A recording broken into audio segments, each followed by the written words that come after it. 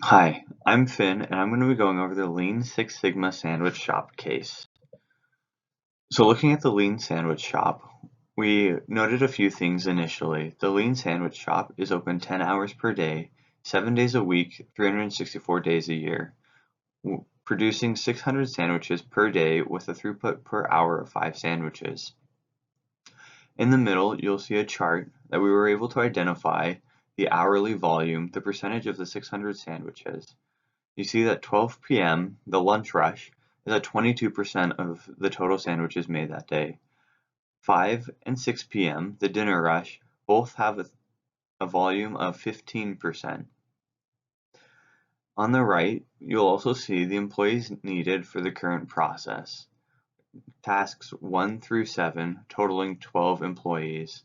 Below, we have the current process listing out the tasks 1 through 7, varying from 120 seconds to 15 seconds per each task, a wide variety and a huge difference between each task. This is the work balance table that we constructed. As you can see, task 2 only takes 15 seconds, while task 3 has a 90-second tack time and is clearly the bottleneck that we were able to identify. So if we were able to combine task 3 and task 2, that might help with the throughput as well as the process cycle time. Again, we are aiming for roughly around 60 seconds as seen with task 4 and task 6, which are kind of the top of the line in what we're shooting for. So the main problem that we identified were that approximately 10% of the sandwiches received complaints. Because of the complaints, we then had to reconstruct new sandwiches, which requires new product wasting material. Because of the 10%, this then increases the sandwiches required, which means that the employees fall behind on their orders throughout the day, as it takes 3 employees to fix one mistake. High operational costs are also a huge problem due to scrapping, discarding, and large amounts of expired food.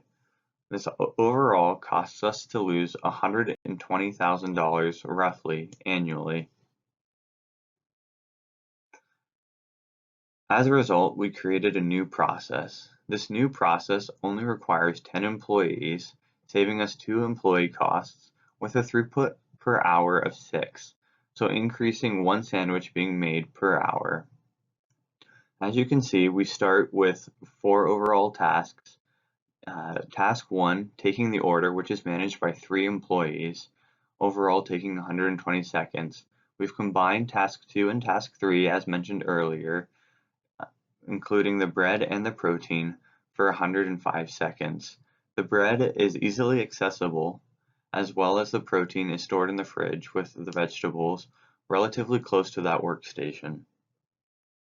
The veggies and toasters, again, we were able to work with 3 employees sharing the load and toasting and switching between the toasting and the vegetables. This has a total time of 104 seconds. Again, we cut down to 2 employees for the wrapping process with the wraps available at the wrapping station. This new process takes 90 seconds. In the event that sandwiches come out of the toaster and they're not ready to be wrapped, we have added a heater for a relatively low expense and eliminating one of the biggest issues. The heater will keep the sandwiches warm until they're ready to be wrapped and then delivered to the customer. With this new work balance table, we see that we are able to cut out a total of 3 tasks to make 4 tasks overall. Because we were able to cut down 10 employees and combine tasks, we now have a maximum amount of 52.5 time on the process cycle time. This is an overall process reduction time by 166 seconds. So some of the improvements that we were able to make were based off of the risk assessment matrix. We have identified the top 3 problems as incorrect vegetables and toppings applied, ingredients do not meet quality standards, and the sandwich is cold when delivered. However, through 3 simple steps, we were able to take some countermeasures, namely labeling ingredients and standardizing recipe cards. This will help mitigate the toppings and vegetables being applied incorrectly, as well as storage procedures of materials, including dating items and rotating out bad ingredients, ensuring that we have the most fresh ingredients on the floor. Finally, as mentioned prior, we'll have a heater to place sandwiches while they're waiting to be wrapped. Taking these three countermeasures then reduce their priority much further down and allow us to address other issues.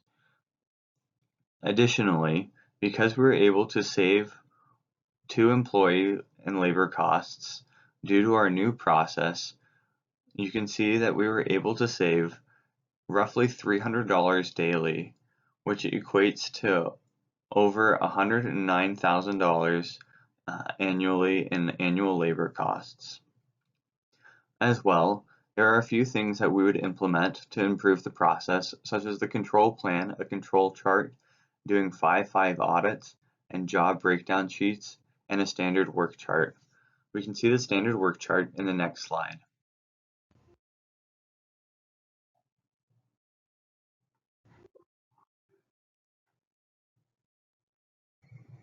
Pictured is a standardized work chart in which will be given to all employees where they can clearly understand the different shift managers, their new elements, and their element name, and the time that is expected of them to complete each assignment.